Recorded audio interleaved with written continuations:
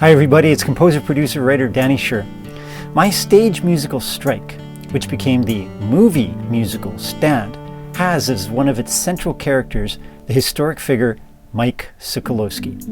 Mike was played by the excellent American actor Greg Henry in the Stand movie musical. When I was doing the research into Mike Sokolowski in the early 2000s, I discovered an enduring mystery at the center of his story. The 25-minute documentary that you're about to see shows the exhaustive and sometimes obsessive lengths that writers go when one is researching a historical figure like Mike. So, major spoiler alert, if you haven't seen the movie yet, you might not want to watch this if you haven't.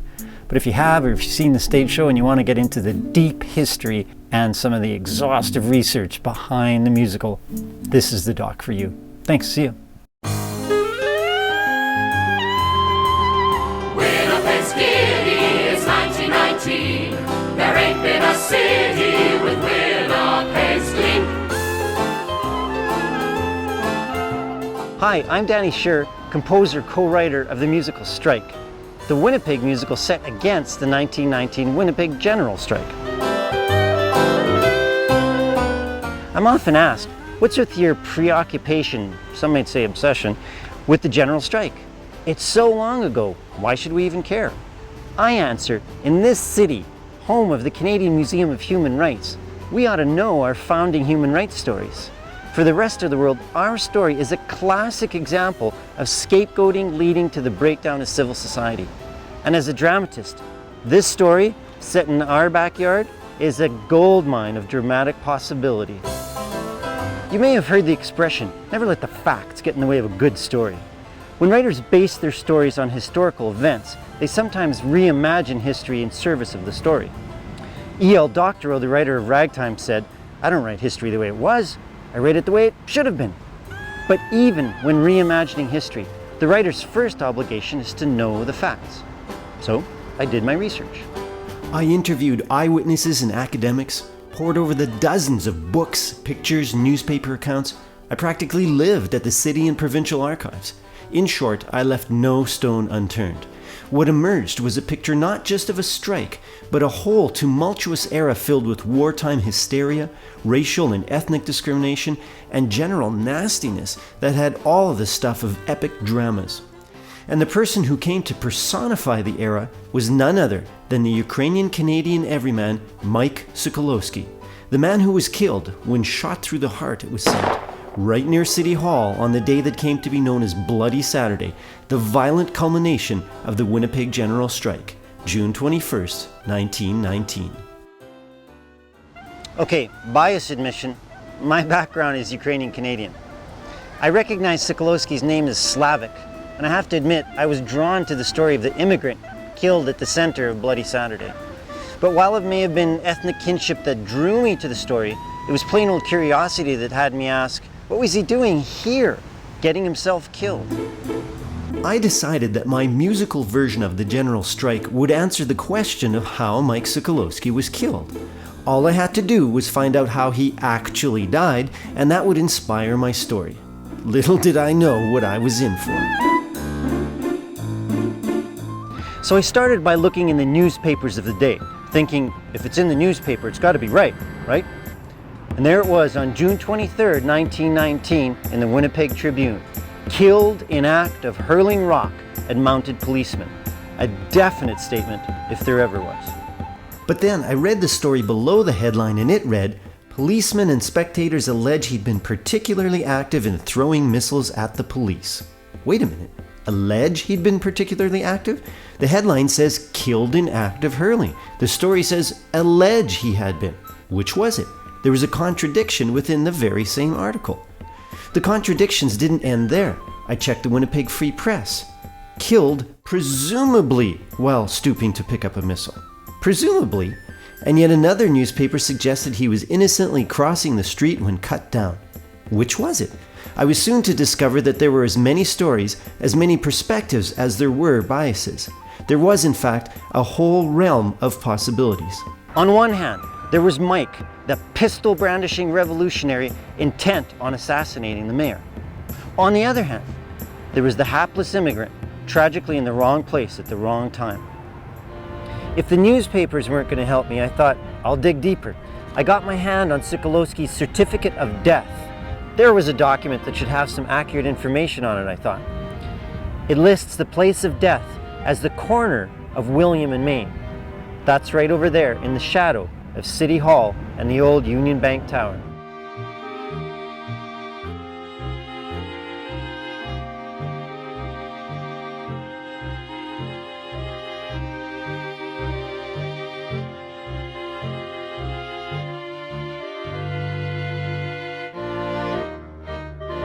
But look what the certificate of death does not tell us.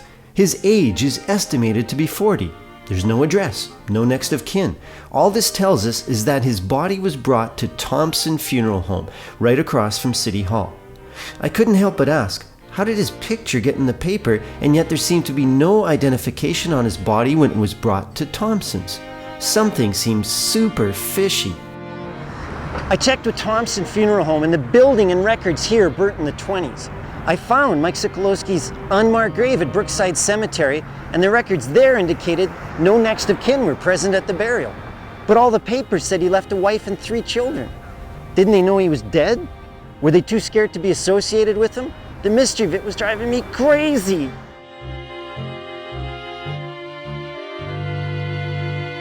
Knowing what I knew of that era, there was every reason Mike shouldn't have been there. As a Ukrainian, whether he was a Canadian citizen or not, he was deemed an Austrian. In fact, his certificate of death lists his place of birth as Austria, because at that time the western part of Ukraine, where most of Winnipeg's Ukrainian immigrants had come from, was a province of the Austro-Hungarian Empire. If you remember your First World War history, being Ukrainian in Canada was cause for a whole list of indignities, because Canada was at war with the Austro-Hungarian Empire. In a fit of wartime hysteria and xenophobia, the Canadian government deemed Ukrainians and other Eastern Europeans enemy aliens, and enforced strict rules of registration, reporting, and conduct. Get out of line, and you were sent to one of 24 prisoner of war camps across the country, where you were forced to do heavy labor under armed guard, and 8,579 did just that. Add to that the Ukrainian Catholic bishop accused of disloyalty and hauled before the courts, random deportation as a means of instilling fear, the loss of voting rights, and job dismissal in favor of returning veterans. This was not the era of folklorama. The last thing Mike Sokolowski should have wanted is to draw attention to himself. And yet, It was right here on the east side of City Hall that Mayor Charles F. Gray stood on June 21st, 1919.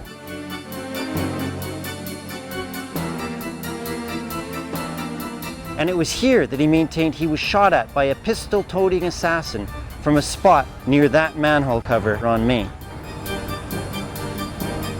When I spoke to the mayor's son, he recalled how his father showed him the pockmarks in the limestone balustrade that would have been right about here.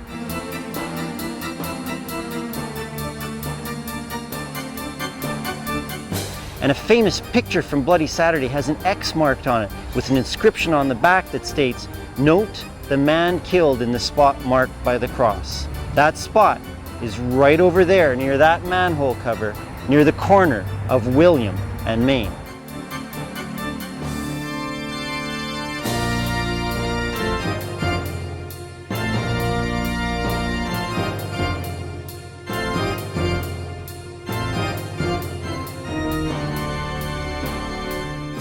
I looked again at the Tribune article with Mike's picture.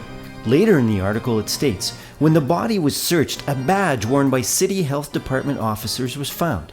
But then it states he was not employed by the City Health Department. And so I wondered, was Mike impersonating a city official in an attempt to assassinate the mayor? Or, at the other pole of possibility, was he a scab worker for the on-strike health department? Yikes! The mayor had grounds to fear for his safety, having been roughed up and reportedly shot at a number of times in the weeks previous. Despite his tireless efforts to resolve the strike, he was called spineless by those who wanted to crush it, or a patsy by those who supported it. He just couldn't win. But whomever the fallen person is in the shot marked with an X, the Mike is assassin theory has a big hole in it. Most reported Mike was wielding not a pistol, but a brick when shot at the corner of William and Main.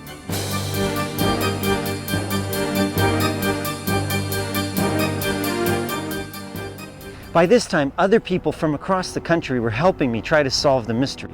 A writer and a historian from Victoria by the name of Michael Dupuis sent me accounts of Bloody Saturday from papers across the country. Listen to this one from the Montreal Herald. The bullet wound over the top of the heart showed that he had been killed instantly. Around him were his companions, who had seen him fall and had picked him up, carrying him behind a building until the firing ceased. They complained bitterly that the soldiers fired without any kind of warning as they rode around the corner. And then this from the Toronto Evening Telegram. He fell almost at the door of the morgue into which his body was dragged. That morgue was Thompson Funeral Home on the east side of Maine. Different side of the street, different story. How could the same event be so differently reported? By this point, thoroughly confused, I decided to re-choreograph the events of Bloody Saturday in an effort to figure out what happened and where. I knew that for 6 weeks the strike had proceeded peacefully but without resolution.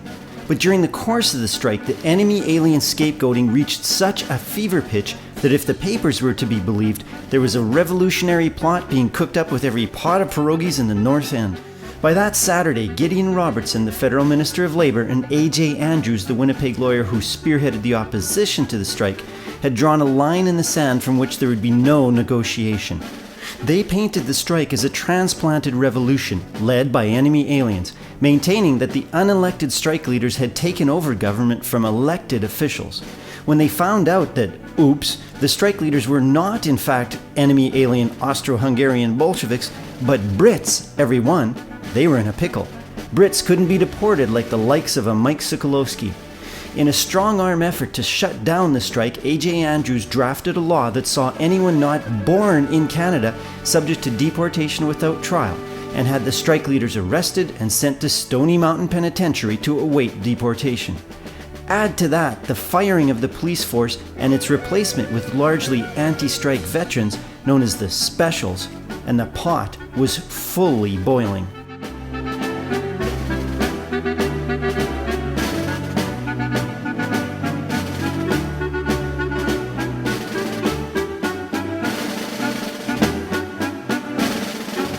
On Saturday, June 21st, with the rest of the country staging protests over Andrews' law, this became the ground zero of the protest over the arrest of the strike leaders. The mayor had declared demonstrations illegal, but the crowd, led by pro-strike veterans, was in no mood to have its right to assembly curtailed.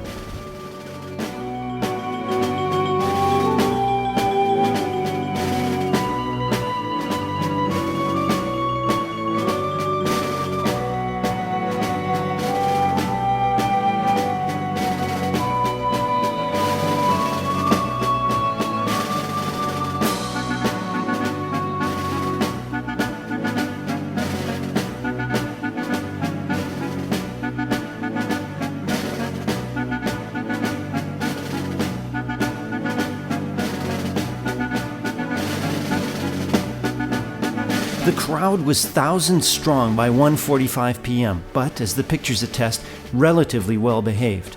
Mayor Gray, aware of past violence on the part of veterans and frustrated at the open opposition to his proclamation, called out the mounted police and later the army from their barracks at what is now the legislative grounds. From the corner of William and Main, one could have clearly seen the 54 horses, followed later by a battalion of machine gun carrying trucks.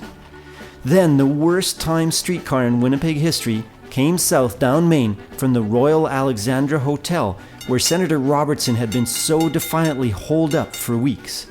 To the pro-strike crowd, the sight of a strike-breaking streetcar, a symbol of government intransigence, was the height of inflammation. The streetcar was stopped, and its crew scared away.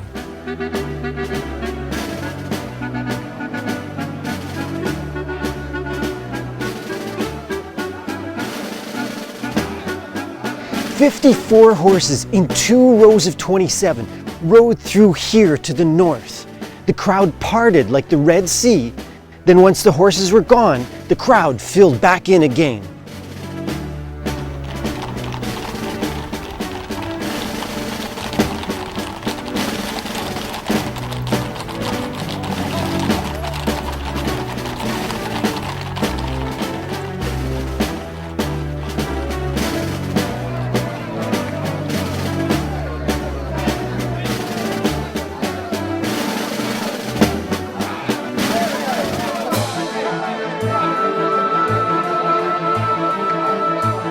intervention of the mounted police infuriated the crowd, which turned its anger on the sitting duck streetcar, rocking it wildly this way.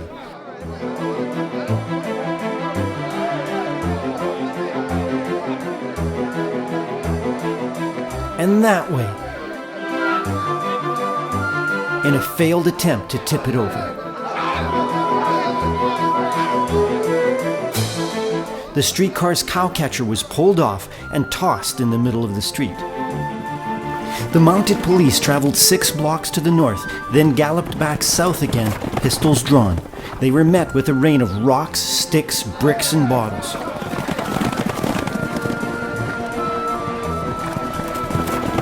Two mounted riders were knocked off their horses, and one was carried into Thompson Funeral Home.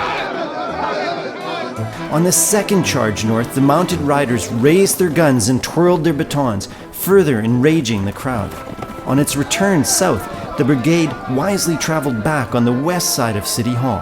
Then, events took a turn for the worse. On the infamous third charge, the mounted police broke into a gallop, covering the distance from Bannatyne to William in a matter of seconds. This time, they were shooting, but not with the rubber bullets that most assumed. And this time, they surprised the crowd by veering from Main onto William.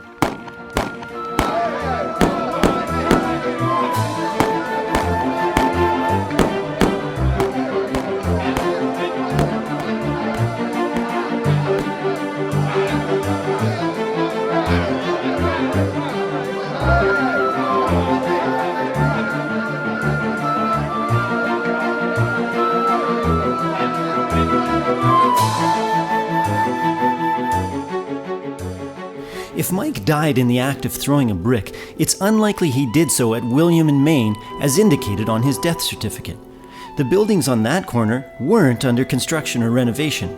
The site from which bricks could have come was from a demolition site north of City Hall. And yet, the Montreal Herald report said Mike was shot when the police turned a corner. It took further investigation of the urban landscape of the day to figure out more of the mystery. I'm standing in the courtyard of present-day City Hall. I discovered that prior to the City Hall complex being built in 1963, Market Avenue used to run from Market Square over there, right through here and across Main Street.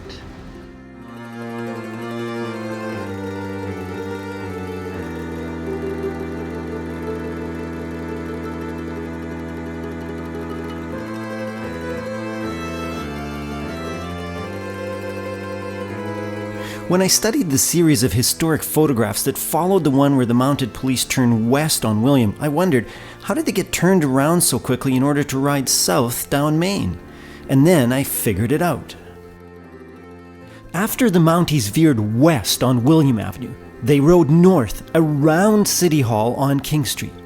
But then they swung east at Market Avenue, charging through the thick crowd there, shooting as they turned south at Main Street. This picture shows the crowd fleeing as the Mounties charge east down Market Avenue towards Main. The next picture in this sequence shows the officers looking back and to the east at a large crowd assembled on the sidewalk right in front of the Manitoba Hotel. Suddenly it was starting to make sense. This reference to the Mounties shooting as they turned the corner had 2 possible locations, one at William and Main and another at Market and Main. And at least 2 eyewitness accounts of Mike's death state that he fell in front of the Manitoba Hotel.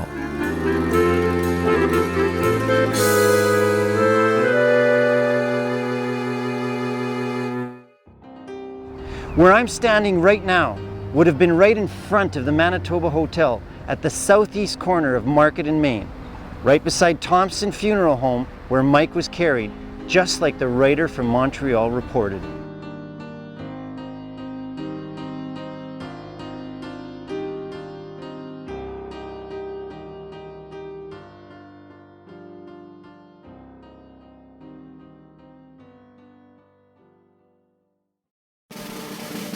As Mike lay dead, the streetcar was again the focus of fury. Someone boarded it, gashed open the seats, and set it afire. This was the final straw. Specials cordoned off the streets and martial law was imposed.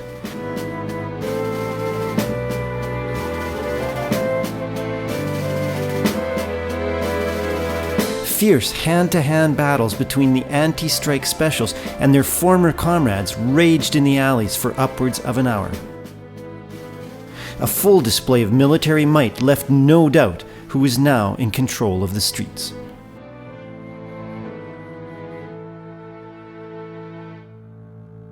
But if I knew better where Mike fell, I still couldn't confirm what he was doing when he was killed. It was here that Michael Dupuy came to my assistance with a profound discovery. He found the 1947 autobiography of the writer who wrote for the Montreal paper. Listen to that writer's account of his most cherished scoop on Bloody Saturday. When the shooting started, there was a double movement. As if reaped by a scythe, all the old soldiers lay down, while the rest, men, women, and children, streamed like quicksilver into the neighboring courts and alleys. One of these shouted out to me as he ran by, "Get out of here! They're shooting with real bullets!" In a moment, the square was clear. And once the troops had passed on, I stood alone, lord of all I surveyed.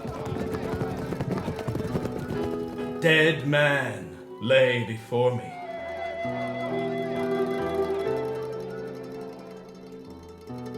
Before help could come and carry my man into an undertaker's parlor, I reached into his pocket for his alien registration card and slipped it into my own wallet.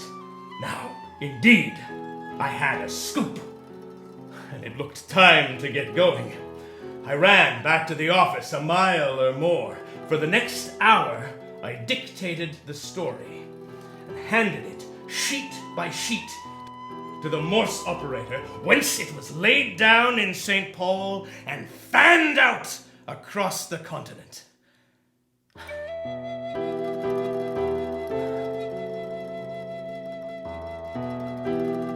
I was gobsmacked. Little wonder there was so little information on the certificate of death. The reporter grabbed the ID, in this case the enemy alien registration card, right from the dead man. Mike could have been buried before his family even knew he was dead. But of as much interest is what the writer's first-hand account does not say. No reference to a pistol or brick-wielding Mike, just to an enemy alien whose identity as a story was more important than his person.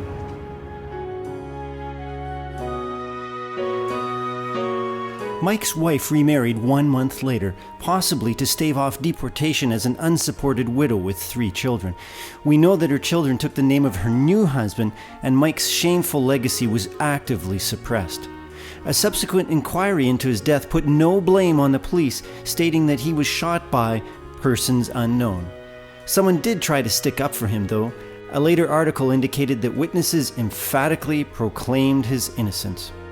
It wasn't until 83 years later that Mike's pauper's grave was given a headstone, and this only because of the 125th anniversary of Brookside Cemetery, where he lay. As brutal as it sounds, in June 1919, what was one dead Ukrainian at City Hall in Winnipeg? 11 million had died in the Great War. 50 million had died from Spanish influenza, 1,200 in Winnipeg alone. Death was in the air, life was cheap, and the plight of the enemy alien saw Mike's life as expendable and his death warranted and deserved. That he may have been an innocent bystander didn't seem to play into the prevailing narrative of the times.